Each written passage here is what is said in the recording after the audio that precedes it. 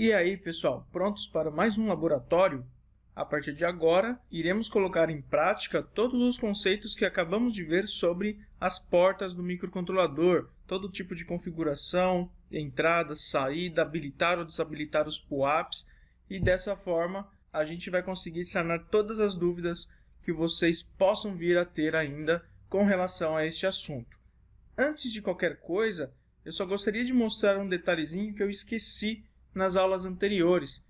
Então eu abri aqui o datasheet novamente, e lá na parte de I/Os mesmo, nesta página, página 86, existe uma tabelinha que mostra quais são as configurações possíveis que uma porta pode ter. Acabei não mostrando, eu falei tudo isso para vocês, mas na tabela fica tudo bem resumido. Como que a gente faz a leitura dela? Essa primeira coluna, ela mostra qual que é o estado atual do registrador de direção de algum pino. Aqui fala do registrador de saída de um determinado pino, que é o registrador port. Esse PUD é aquele bit que eu mostrei para vocês, que fica nesse registrador MCU-CR, que tem a tarefa de desabilitar todos os PUAPs, aquele PUAP Disable. A gente não vai usar ele, mas ele está contemplado aqui na tabela também.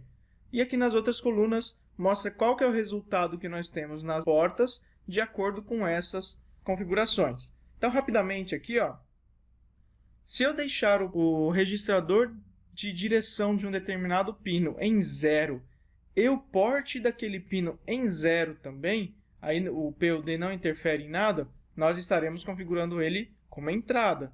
Porém, sem resistor de PUAP. Olha aqui. Se ele não tem resistor de PUAP, significa então que a entrada estará em alta impedância, em tri-state. Ok? Segunda possibilidade, se o registrador de direção estiver em 0, porém nós colocarmos o port daquele pino em 1 e mantivermos o PUD em 0, que é o estado natural dele, a gente está definindo o pino como entrada, tudo bem, com PUAP habilitado, e a partir de agora, o pino em questão ele vai fornecer corrente caso tenha algum circuito ligado ao terra naquele pino. Se o registrador de direção estiver em 0, o port em 1 e o PUD em 1, que nós não vamos fazer, nós estaremos habilitando ele como entrada, não teremos o PUAP interno, logo ele estará em tri-state. Ele vai ter a mesma característica desse primeiro estado aqui. Por fim, nós temos as últimas duas possibilidades. Caso o registrador de direção estiver em 1, o registrador de porta em 0 e não importa o registrador PUD, definimos o pino como saída. O PUAP está desabilitado, já que como saída ele não tem PUAP, e ele estará em nível baixo. Quando o pino do microcontrolador estiver em nível baixo, isso significa na prática que ele vai drenar corrente. Ele não fornece, ele apenas drena. Quem envia corrente para ele é uma fonte externa.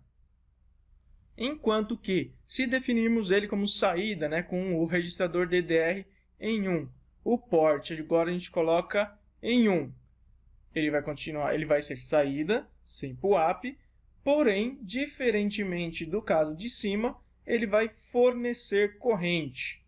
E é aqui que mora um perigo. A gente tem que tomar cuidado para que a soma de todas as correntes de todos os pinos do microcontrolador não ultrapasse 200 mA, que é o que a gente comentou numa aula onde eu falei das características elétricas. Cada pino tem 40 mA, porém a soma de todos os pinos não pode passar de 200 mA. É nesse caso aqui que ele está especificando, ele fornece corrente. Beleza, pessoal? Agora, vamos partir para a programação. Eu vou vir aqui, ainda no datasheet, na área de set de instruções. A gente trabalhou com as operações aritméticas, a gente falou de algumas instruções de desvio, como o RJump, também falamos um pouco sobre o CPSE, mas agora eu vou falar de duas mais específicas aqui, que é o SBIC e o SBIS.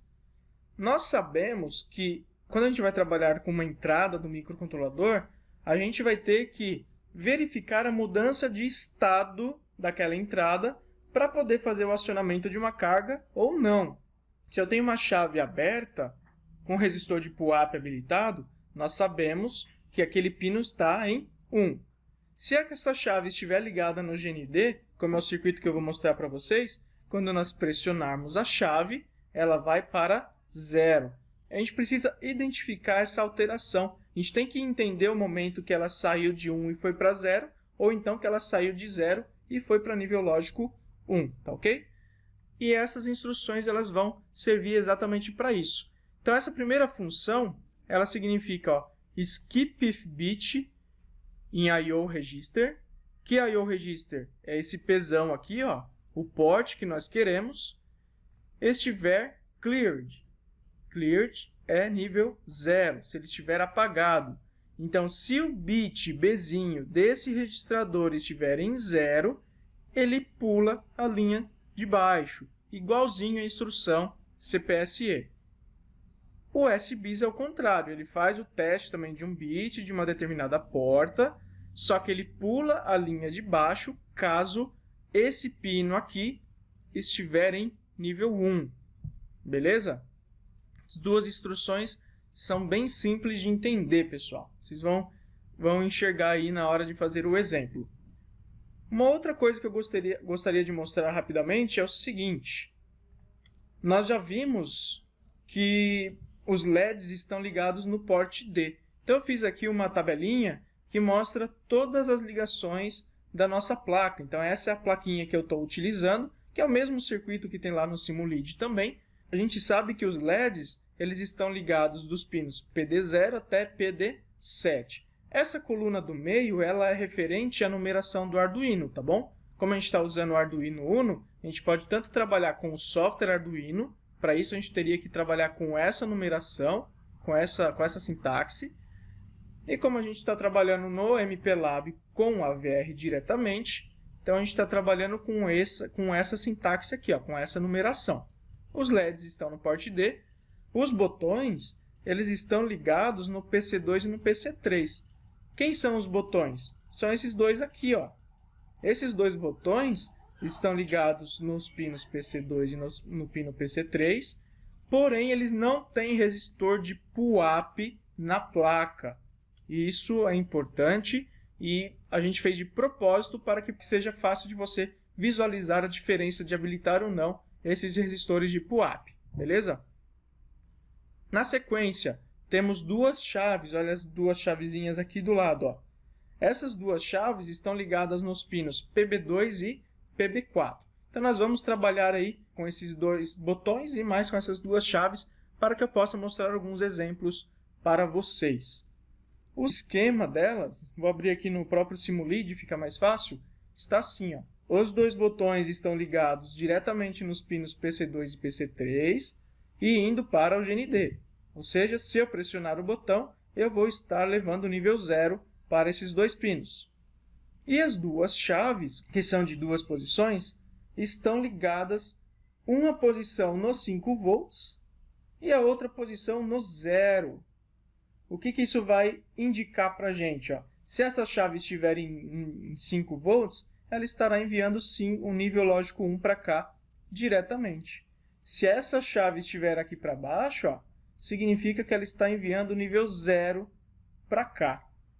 Tudo bem, pessoal? Então, aqui a gente não precisaria de resistores de pull-up. Tá? Eu vou mostrar isso aí funcionando na prática também. Bora lá para o MPLAB, então. Observem aqui que o programa que está aberto é exatamente o mesmo que a gente fez na última aula de laboratório. Ou seja, que eu não mexi mais no programa. A gente vai começar agora um programinha aí do zero. Tudo bem? Então, eu vou começar um código novo. File, New Project. Vou fazer aqui, toda vez que a gente for trabalhar com uma aula de laboratório, eu vou fazer isso aqui que fica mais fácil de vocês decorarem o caminho. Next. Atmega 328P. Vou colocar como simulador. Não esqueça de colocar o compilador como AVR ASME. A gente continua trabalhando com Assembly. E vou nomeá-lo aqui como Projeto 3. ele já está direcionado aqui para o desktop, ok? Não preciso mais mexer nisso. Dá um Finish.